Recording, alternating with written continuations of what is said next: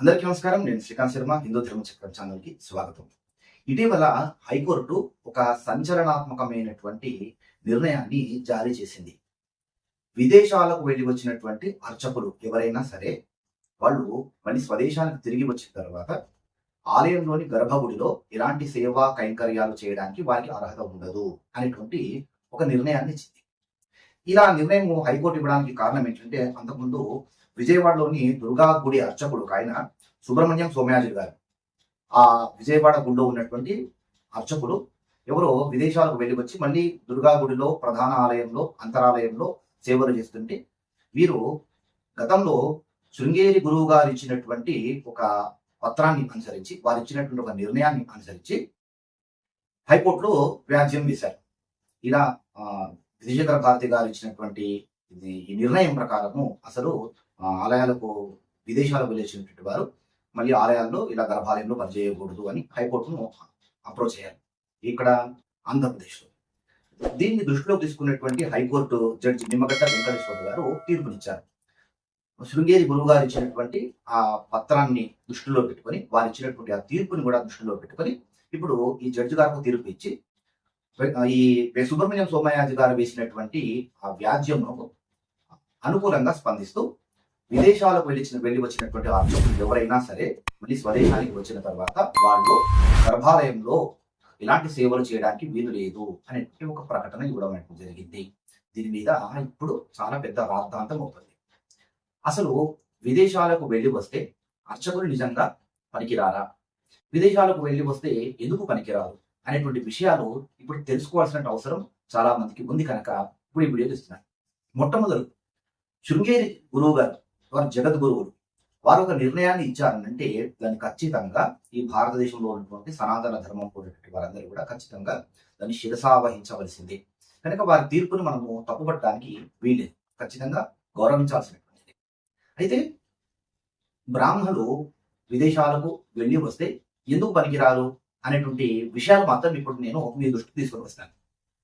గతంలో అంటే మనకు శాస్త్రము అందించినటువంటి ఆ కాలానికి విమాన ప్రయాణాలు అనేటువంటివి లేవు. అంటే పురాణాలు విమానాలు ఉన్నప్పటికీ కూడా అందరూ ఉపయోగించేటువంటివి కాదు. పుష్పక విమానము అంటామాట. అవి కొంతమంది గంధర్వుల దగ్గర, ఆ తర్వాత కుబేరుడి దగ్గర నుంచి రావణాసురుడి దగ్గర నుంచి విభీషణుడి దగ్గర నుంచి రాముల గారు కూడా ఉపయోగించినటువంటి సంగతి మనం రామాయణంలో చూస్తాము. అదేవిధంగా దేవతల దగ్గర ఉండేటువంటివి ఈ విమానాలు, వాటిని పుష్పక విమానాలు అంటారు. ఇవి అందరూ ఉపయోగించేటువంటివి కావు, అందరికీ అందుబాటులో ఉండేటువంటి విమానాలు కావు. అయితే శాస్త్రము మానవాళికి అందించినటువంటి సూత్రాల ప్రకారము ఆనాటి కాలానికి విమానాలు అందుబాటులో లేవు కనుక అప్పుడు విదేశాలకు వెళ్ళాలంటే ఒకే ఒక మార్గము నౌకా ప్రయాణం, అంటే పడవల్లో వెళ్ళడం అన్నమాట. ఇప్పుడు ఈ పడవల్లో వెళ్ళేటువంటి దాని గురించి మనకు శాస్త్రంలో చెప్పబడినటువంటి అంశం ఏంటి? ఎవరైనా ఇలా నావ ప్రయాణము, దీన్ని నౌకా ప్రయాణము అని ఉటంకించారు శాస్త్రంలో. ఎవరైనా నౌకా ప్రయాణము చేసి వచ్చినటువంటి బ్రాహ్మణులు, అంటే ఆచారవంతులైనటువంటి వారు, బ్రాహ్మణులే కానివ్వండి, సన్యాసులే కానివ్వండి, నిష్ఠాగరిష్ఠులైనటువంటి వారు, ఆచార తత్పరులు, ఇలాంటి వారు నౌకా ప్రయాణము చేసి వస్తే కనుక వారికి చాలా వరకు నిబంధనలు ఉంటాయి. కనుక ఆ నిబంధనలన్నీ కూడా వాళ్ళు చేయలేరు కనుక, ఆ నియమాలన్నీ పాటించలేరు కనుక నౌకా ప్రయాణం అనేటువంటిది శాస్త్రం తెలిసినటువంటి వాళ్ళే కానివ్వండి, పండితులు కానివ్వండి, పీఠాధిపతులే కానివ్వండి, సన్యాసాశ్రమంలో ఉన్నటువంటి వాళ్ళు కానివ్వండి, ఈ నౌకా ప్రయాణం చేయకూడదు అనేటువంటి ఒక నిబంధన ఆనాటి కాలంలో ఉంది. ఎందుకు అలాంటి నిబంధన ఉండింది? నౌకా ప్రయాణం ఎందుకు చేయకూడదు అంటే, ఇప్పుడు ఎవరైనా కానీ విదేశాలకు వెళ్ళాలంటే నౌకా ప్రయాణంలో ఈ ఉదయం ఎక్కితే సాయంత్రం చేరుకునేటువంటి పరిస్థితి కావు. ఇప్పటికైనా కానీ ఎక్కడైనా ఇంకో దేశానికి వెళ్ళాలంటే, నౌకలో వెళ్ళాలంటే కనుక కొన్ని రోజుల పాటు ప్రయాణం చేయాలి. కొన్ని సందర్భాల్లో నెలల పాటు కూడా ఉంటుంది, అది ఎంత పెద్ద స్టీమర్ అయినప్పటికీ కూడా. అయితే మరి గతంలో పడవల్లో ప్రయాణం చేసేటువంటిది కూడా ఉంది కదా. పడవల్లో ప్రయాణం ఒక రాజ్యం నుంచి ఒక రాజ్యానికి, ఒక గ్రామం నుంచి ఇంకో గ్రామానికి వరకు మాత్రమే ఉండేది. అంటే దేశం లోపల మాత్రమే. దేశం దాటాలి అని అంటే రోజుల తరబడి ప్రయాణం. ఈ రోజుల తరబడి నౌకలో ప్రయాణం చేయాల్సిన సమయంలో చాలా వరకు ఆచార వ్యవహారాలకు అంతరాయం కలిగే అవకాశం ఉంటుంది. ఇవన్నీ కూడా నౌకా ప్రయాణంలో సాధ్యం కావు. కొంతమంది ఏమంటున్నారంటే ఇప్పటికీ కూడా నౌకలో ప్రయాణం చేసేటైతే కనుక సంధ్యావందనము అనుకూలం కాదు, ఉప్పు నీళ్ళతో సంధ్యావందనము చేయడానికి అనుకూలం కాదు, విమానాల్లో ప్రయాణం చేయాలంటే సంధ్యావందనం అనుకోవడం వారు గతంలో వేణు స్వామి కూడా ఇలాగే అన్నాడు. విమానాల్లో ప్రయాణం చేసేటువంటి వారికి సంధ్యావందనం చేసుకోవడానికి కుదరదు, నీళ్లు ఉండవు, ఇట్లా మాట్లాడారు. ఇవి పొరపాట్లు. వారు అవగాహన లేకుండా మాట్లాడటం. నౌకలో కానివ్వండి, కొన్ని రోజుల పాటు ప్రయాణం కానివ్వండి, విమానంలో కానివ్వండి, సంధ్యావందనానికి ఎలాంటి ఆటంకము ఉండదు. సంధ్యావందనము మానసికంగా చేసుకోవచ్చు. వాటికి పాత్రలు, నీళ్లు అవసరం లేదు. మనకు వసతి సరిగ్గా లేనప్పుడు, ప్రయాణాలు ఉన్నప్పుడు చక్కగా సంధ్యావందనము 3 కాలాల్లో కూడా మానసికంగానే చక్కగా పీఠం వేసుకొని కూర్చొని పూర్తి సంధ్యావందనం మానసికంగా చేసుకోవడమే దానికి మార్గము. సంధ్యావందనాన్ని ఇదిగో ఈ కారణాల చేత మానేస్తున్నాను అనడానికి వీల్లేదు. మైల వచ్చినటువంటి సందర్భంలో కూడా సంధ్యావందనం మానేయకుండా చేయవలసిందే. సంధ్యావందనం చేసి తీరవలసిందే. కనుక మీరు నౌకలో ప్రయాణం చేసినా, విమానంలో ప్రయాణం చేసినా, రోజుల పాటు ప్రయాణం చేసినా కానీ సంధ్యావందనం మానసికంగా చేసి తీరవలసిందే. కొంతమంది ఏమంటారు, స్నానం ఉండదు కదా అంటారు. స్నానం లేకపోయినా కానీ మనకున్నటువంటి భస్మం కానివ్వండి, గోపీచంద్రమే కానివ్వండి, వాటిని లేపడం చేసుకొని స్నానం చేయాలి. స్నానం శరీరాన్ని పూసుకోవడం స్నానం అన్నమాట. భస్మ స్నానము అని ఉంటుంది, అలా చేయడం అనమాట. ఇక్కడ సంధ్యావందనం చేసే సమయంలో మానసికమైన శుద్ధి అనేటువంటిది ప్రధానం. కనుక సంధ్యావందనం మానేయడానికి వీలు లేదు. విమానంలో చేసుకోవచ్చు, పడవలో ఉన్నా చేసుకోవచ్చు. ఇంకొంతమంది ఏమంటుంటారంటే అసలు దిక్కులే తెలియదు, అసలు దిక్కులే తెలియకుండా సంధ్యావందనం ఎలా చేస్తారు అనేటువంటి మాట మాట్లాడుతూ ఉంటారు. వాస్తవమే. సంధ్యావందనం చేయాలంటే తూర్పు దిక్కుగా కూర్చోవాలి, లేదా ఉత్తరం దిక్కుగా కూర్చోవాలి. సూర్యోదయంలో అయితే తూర్పు ముఖంగా అర్ఘ్యప్రదానం చేయడము, సూర్యాస్తమయం అయితే పడమర దిక్కుగా అర్ఘ్యప్రదానం చేయడం ఉంటుంది. కానీ ఇలా దిక్కులు తెలియకుండా ఉన్నటువంటి సమయంలో మనం ఏ దిక్కులో కూర్చున్నామో దానిని దేవప్రాచి అంటారు. ఇది ఎప్పుడు అసలు మనకు దిక్కులు తెలియనటువంటి సమయంలో మనం ఏ దిక్కున కూర్చున్నామో ఆ దిక్కే తూర్పు, దాన్ని దేవప్రాచి అంటారు. అలా కూర్చున్న చోటే దాన్ని తూర్పుగా భావించి సంధ్యావందనం అనేటువంటిది చేయాలి. అయితే నౌకలో ప్రయాణం చేసే సమయంలో సంధ్యావందనం పనికి వస్తుంది. కానీ మిగతా అవి ఆచార వ్యవహారాలకు ఇబ్బందులు. ఎక్కడ అంటే మొదటి ఆహారం. ఆచారవంతులైనటువంటి వారు ఎప్పటికప్పుడు వండుకున్నటువంటి పదార్థాలు స్వీకరిస్తారు. కొంతమంది అటుకులు లాంటివి నిలవ ఉండేటువంటివి వెంట తీసుకొని వస్తారు, వాటిని స్వీకరిస్తారు. కానీ వంట చేసుకోవాలనంటే విమానాల్లో కానివ్వండి, పడవల్లో కానివ్వండి వంట చేయడం అనేటువంటి సాధ్యం కాదు. కనుక ఆహారానికి ప్రధానమైనటువంటి ఇబ్బంది వస్తుంది. ఎంతకాలం అని నిలువ ఉండినటువంటివి తింటారు? అటుకులు లాంటివి 1 రోజు 2 రోజులు సరిపోతాయి, కానీ ఎన్ని రోజులు తరబడి తినగలుగుతారు? అది ప్రధానమైనటువంటిది. అంటే ఆహారం విషయంలో సాధ్యం కాదు. అన్నిటికంటే ప్రధానమైనటువంటి నియమం ఏంటంటే ఈ మలమూత్ర విసర్జన. ఇది ప్రధానమైనటువంటి కార్యం. మలమూత్ర విసర్జనలు అనేటువంటివి ఎప్పుడు కూడా ఎవరైనప్పటికీ కూడా, హిందూ అయినటువంటి ప్రతి ఒక్కరు కూడా నీళ్లలో విసర్జన చేయకూడదు. ఇది ప్రధానమైనటువంటి నియమం. నీళ్లలో కనీసం ఉమ్మి వేయకూడదు కూడా. మరి పడవల్లో 1 రోజులో వెళ్తున్నానని అంటే మూత్రములు కానీ, మల విసర్జన కానీ ఆపుకోగలుగుతామా? 1 కంటే ఇంకెక్కువ రోజులు ప్రయాణం ఉంటే సాధ్యమవుతుందా? అలాంటి సమయంలో మన నీళ్ళలో వదిలేయడం అంటే ఇది ఆచారాన్ని ఉల్లంఘించడమే కదా. కనుక ఆచారవంతులకు, సన్యాసులకు, శాస్త్రం తెలిసినటువంటి వారు వీళ్ళకి ఈ పడవల్లో ప్రయాణం చేసే సమయంలో ఇది ప్రధానమైనటువంటి నియమం. ఈ నియమం ఉల్లంఘన అవుతుంది మలమూత్ర విసర్జన సమయంలో. కనుక వెనకటి కాలం నుంచి పడవల్లో ప్రయాణం చేసేటువంటి సమయంలో సన్యాసులకు, ఆచారవంతులకు ఈ నౌకా ప్రయాణం అనేటువంటి నిషేధంగా చెప్పడం జరిగింది. ఒకవేళ ఎవరైనా వెళ్ళి వస్తే కనుక వాటికి చాలా ప్రాయశ్చిత్తాలు అనేటువంటివి ఉంటాయి. అయితే ఇక్కడ వెనకటి కాలానికి నేటి కాలానికి చాలా తేడా ఉంది. ఇప్పుడు ఏదైనా దేశానికి 1-2 రోజుల్లో వెళ్ళి రావడం అనేటువంటిది విమానంలో సాధ్యమయ్యేటువంటిది. అమెరికా వంటి దేశంలో అయితే కనుక 48 గంటల్లో లేదా 36 గంటల్లో వెళ్ళి వచ్చే అవకాశం ఉంది. అక్కడ మలమూత్ర విసర్జనలు ఫ్లైట్లోనే అయిపోతాయి కనుక అవేవి కూడా నీళ్ళల్లో వదిలివేసే అవసరము రాదు. కనుక ఈ ఫ్లైట్ ప్రయాణం అనేది ఇప్పుడు అనుకూలమైంది. సంధ్యావందనానికి కూడా ఇబ్బంది కాదు. ఆహారం విషయంలో వాళ్ళు ఏదో పెడతారు, అది వెజిటేరియన్ అయితే కనుక స్వీకరించవచ్చు. ఇలాంటి పరిమితులు ఉన్నాయి. అయితే ఇప్పుడు అర్చకులైనటువంటి వారు విదేశాలకు వెళ్ళి వస్తే వాళ్లకు దేవాలయంలోకి ప్రవేశం లేదు, ఆలయంలో వాళ్ళు ఇలాంటి కైంకర్యాలు చేయడానికి వీల్లేదు అనేటువంటిదే ప్రధానమైనటువంటి చర్చనీయాంశం అయ్యింది.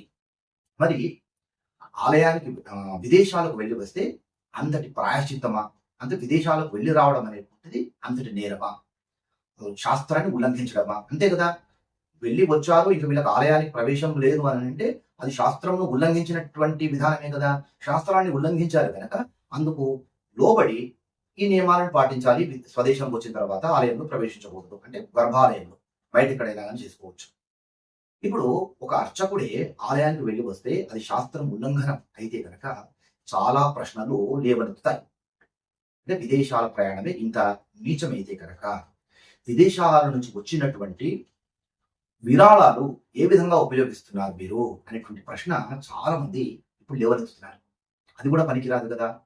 మ్లేచ్ఛుల ద్రవ్యం అనేటువంటిది ఈ ధర్మకార్యాలకు పనికిరాదు అనేటువంటి ఒక నియమం ఉంది. ఆచారవంతుల యొక్క ద్రవ్యమే పనికి వస్తుంది, కానీ మ్లేచ్ఛుల యొక్క ద్రవ్యం పనికిరాదు అనేటువంటి ఒక నియమం ఉంది. మరి ఇలా విదేశాల్లో ఉండేటువంటి వారి యొక్క డొనేషన్స్ మీరు ఏ విధంగా స్వీకరిస్తున్నారు అనేటువంటి ప్రశ్న. అంతేకాకుండా ఇప్పుడు విదేశాలే ఈ విధంగా శాస్త్ర ఉల్లంఘనకు ప్రధాన కారణం అయితే కనుక, అంటే విదేశాలకు వెళ్ళి రావడం ప్రధాన కారణం. విదేశాలకు వెళ్ళి రావడం అంత ఇబ్బందికరము, అంత నేరమే అయితే కనుక విదేశాల్లో ఆలయాలు కూడా నిర్మాణం అవుతున్నాయి కదా. మరి శాస్త్ర ఉల్లంఘన అయితే కనుక మరి ఆలయాలు ఎందుకు కడుతున్నారు అక్కడ విదేశాల్లో అనేటువంటి ప్రశ్న లేవనెత్తుతున్నారు. దీనికి సమాధానాలు ఏ విధంగా చెప్పాలి? అసలు నేనైతే సమాధానం చెప్పలేను, మరి ఎవరైనా విజ్ఞులు సమాధానం చెప్పాలి. ఇప్పుడు శృంగేరి గురువులను ప్రశ్నించేటువంటి అధికారం మనకు లేదు, ఖచ్చితంగా శిరసావహించవలసిందే. కానీ ఈ విధమైనటువంటి ప్రశ్నలు ఎవరెత్తుతారు? ప్రశ్నలు వస్తాయి, సందేహాలు వస్తాయి. వారి డొనేషన్లు పనికిరావు, అక్కడ విగ్రహ ప్రతిష్టలు పనికిరావు, అక్కడ ఆలయ ప్రతిష్టలు కూడా పనికిరావు. మరి విదేశాలే అంత ధర్మభూయిష్టమైనటువంటి అయితే కనుక ఏ విధంగా మీరు ఆలయాలు కడతారు అని ఇప్పుడు నేను అడిగేటువంటి 2-3 ప్రశ్నలు ఉన్నాయి. సరే, శృంగేరి గురువులు ఇచ్చినటువంటి ఆదేశము శిరసావహిద్దాము, అర్చకులకు గర్భాలయంలోకి అంతరాలయంలోకి ప్రవేశం లేదు, పాటిద్దాం. ఇక్కడ ఈ సందర్భంగా ఇంకా కొన్ని రిక్వెస్ట్లు, ఇవి కేవలము వినయపూర్వకమైన అభ్యర్థనలు మాత్రమే. ఈ నిబంధన ఏదైతే ఇప్పుడు హైకోర్టు ఇచ్చినటువంటి ఈ రూల్ ప్రకారము కేవలం అర్చకులకు మాత్రమే దీన్ని పరిమితం చేయకూడదు, సన్యాసులకు కూడా ప్రధానంగా పెట్టాలి. సన్యాసులు ఎవరైనా సరే విదేశాలకు వెళ్ళి వస్తే అలాంటి సన్యాసులు ఖచ్చితంగా వాళ్ళు గర్భాలయంలోకి ప్రవేశించకూడదు అనేటువంటి నియమాన్ని ఖచ్చితంగా ఇంప్లిమెంట్ చేసి తీరాలి. అర్చకులు ఒకటైనా గర్భాలయంలో ప్రవేశించకూడదు. అర్చకులు పాపము ఉద్యోగరీత్యానో, లేకపోతే వాళ్ళ బ్రతుకు తెరువు రీత్యానో, లేకపోతే ప్రభుత్వం పంపిస్తేనో వెళ్ళి వచ్చారు. వాళ్ళకి గర్భాలయంలో ప్రవేశించకూడదు అని అంటే చాలా వరకు ఇబ్బందులు తలెత్తుతాయి వారి యొక్క వృత్తిలో. దీన్ని కేవలం అర్చకులకు మాత్రమే పరిమితం చేయకుండా ఈ నిబంధనను సన్యాసులకు కూడా ఏర్పాటు చేయాలి. ఎందుకంటే నౌకా ప్రయాణము ఆచారవంతులకు ఏర్పాటు చేశారు కనుక ఆచారవంతుల్లో సన్యాసులకి అధికమైనటువంటి నియమాలు ఉంటాయి. సన్యాసులే నౌకా ప్రయాణం అనేటువంటి చేయకూడదు, అసలు సన్యాసులు వాహనమే ఎక్కకూడదు అనేటువంటి ఒక నియమం ఉంది. కనుక ఈ కాలంలో ఎవరైనా సన్యాసాశ్రమంలో ఉన్నటువంటి సన్యాసులు, పీఠాధిపతులు ఎవరైనప్పటికీ కూడా వాళ్ళు విదేశాలకు వెళ్ళి వచ్చినటువంటి వాళ్లకు స్వదేశంలో వాళ్ళకి గర్భాలయంలోకి ప్రవేశించడం అనేటువంటిది వాళ్ళని నిలిపివేయాలి. అదేవిధంగా అలాంటి వారికి పూర్ణకుంభ స్వాగతాలు, ప్రభుత్వం ఇచ్చేటువంటి లాంఛనాలు, ఒక ఆలయానికి వస్తున్నారని అంటే ప్రభుత్వం తరఫున కానివ్వండి, లేకపోతే దేవాదాయ ధర్మదాయ శాఖ తరఫు నుంచి కానివ్వండి, వాళ్ళకు కొన్ని లాంఛనాలు ఉంటాయి. కొన్ని హై సెక్యూరిటీ మధ్య వాళ్ళను తీసుకొని రావాల్సి ఉంటుంది అనమాట. అలాంటి రాజ మర్యాదలు కూడా ఈ విదేశాలకు వెళ్ళినటువంటి సన్యాసులకు ఇవ్వకూడదు అనేటువంటి ఒక నియమం కూడా ఖచ్చితంగా ఇంప్లిమెంట్ చేసి తీరాలి. రెండవ నా డిమాండ్ ఏంటంటే, విదేశాలు అనేటువంటివి ధర్మభూయిష్టమైనప్పుడు విదేశాలకు ఇక్కడ నుంచి ఇక్కడ ఉన్నటువంటి ఆలయాలలో ఉన్నటువంటి మూలమూర్తుల్లో ఉన్నటువంటి గర్భాలయంలో ఉండేటువంటి ఉత్సవ విగ్రహాలను తీసుకొని వెళ్తున్నాయి. ఒకవేళ మీరు ఉత్సవ విగ్రహాలను ఇక్కడ భారతదేశం నుంచి విదేశాలకు తీసుకుని వెళ్తే కనుక ఆ విగ్రహాలను సైతం కూడా గర్భాలయంలో పెట్టకండి, వాటిని బయట పెట్టండి. అసలు వాస్తవానికి ఉత్సవ విగ్రహాలను కూడా విదేశాలకు తీసుకువెళ్ళడానికి అనుమతి ఇవ్వకండి. మీరు అనుమతి ఇచ్చేట్టయితే కనుక వాటిని గర్భాలయంలోకి ప్రవేశించేట్టుగా ఇవ్వకండి. గర్భాలయంలోకి వాటిని ప్రవేశించకూడదు అంటే ఏం చేస్తారంటే కొత్త ఉత్సవ విగ్రహాలు తయారు చేసుకుంటారు. ఇక్కడ ఒక్కడ ఉత్సవ విగ్రహాలు తయారు చేసేసుకొని వాటిని తీసుకొని వెళ్తున్నారు. ఉత్సవ విగ్రహాలు అంటే వాటిని ఉత్సవాలలో మళ్ళీ తిరిగి ఉపయోగించేటువంటి విగ్రహాలు ఏవి కూడా అసలు విదేశాలకు తీసుకొని వెళ్లకుండా ఉండేట్టుగా నిబంధన తీసుకొని రావాలి. కనుక ఇలా చేస్తే కనుక అర్చకులకు ఏదైతే ఇప్పుడు నియమం పెట్టారో వాళ్ళు చాలా మంది బాధపడుతున్నారు. కొన్ని కొన్ని సందర్భాల్లో శృంగేరి గురువు గారు ఇచ్చినటువంటిది మేము అసలు పాటించమని. శృంగేరి గురువులు జగద్గురువులు. జగద్గురువులు ఇచ్చినటువంటిది అది మనకి ఎంత ఇబ్బందికరమైనప్పటికీ కూడా ఆజ్ఞగా భావించి వాటిని మనము శిరసావహించవలసిందే. వాటికి మనకి ఇబ్బంది ఉన్నా, ఇబ్బంది లేకపోయినా కానీ అది గురువు వారి యొక్క ఆజ్ఞ. దాన్ని ఉల్లంఘించకూడదు. ఉల్లంఘిస్తే గురువు ఆజ్ఞ ధిక్కారం అవుతుంది. కనుక ఖచ్చితంగా మనం పాటించాలి. పాటించాల్సిన సమయంలో మనం ఈ విధమైనటువంటి రిక్వెస్టులు కూడా పెట్టాలి. సో మిత్రులారా, ఇప్పుడు మీకు అర్థమైంది కదా, విదేశాలకు వెళ్ళేటువంటి సమయంలో ఎందుకు నిబంధనలు ఉన్నాయి అనేటువంటిది. 2 నిబంధనలు: ఆహారము, రెండవది మలమూత్ర విసర్జనలు. ఇందులో మలమూత్ర విసర్జన ప్రధానమైనటువంటిది. ఈ కారణాల చేతనే వెనకటి కాలంలో సన్యాసులకు, ఆచారవంతులకు, పండితులకు వీళ్ళకి నౌకా ప్రయాణము అనేటువంటిది నిషేధముగా చేయబడడం జరిగింది. కానీ ఉప్పు నీళ్ళతో సంధ్యావందనం చేసుకోకూడదు అనేటువంటిది లేదు. దిక్కులు తెలియట్లేదు కనుక సంధ్యావందనం చేసుకోరు అనడానికి వీల్లేదు. మానసిక సంధ్యావందనం అన్ని వేళలా పనికి వచ్చేటువంటిది. ఎక్కడ కూర్చున్నామో అది దైవ ప్రాచి. కనుక విషయం అర్థమైందని అనుకుంటున్నాను. ఈ సమాచారం చాలా అవసరం. కనుక వీడియో నచ్చితే లైక్ చేయండి. మీ అభిప్రాయాన్ని కూడా కామెంట్ రూపంలో తెలియజేయండి. ఈ వీడియోని మీ మిత్రులకు షేర్ చేయండి. దేశాన్ని కాపాడుకుందాం, ధర్మాన్ని కాపాడుకుందాం. ఎందుకంటే దేశం అనేది ధర్మం. జై హింద్, జై భారత్, వందే మాతరం. నమస్కారం.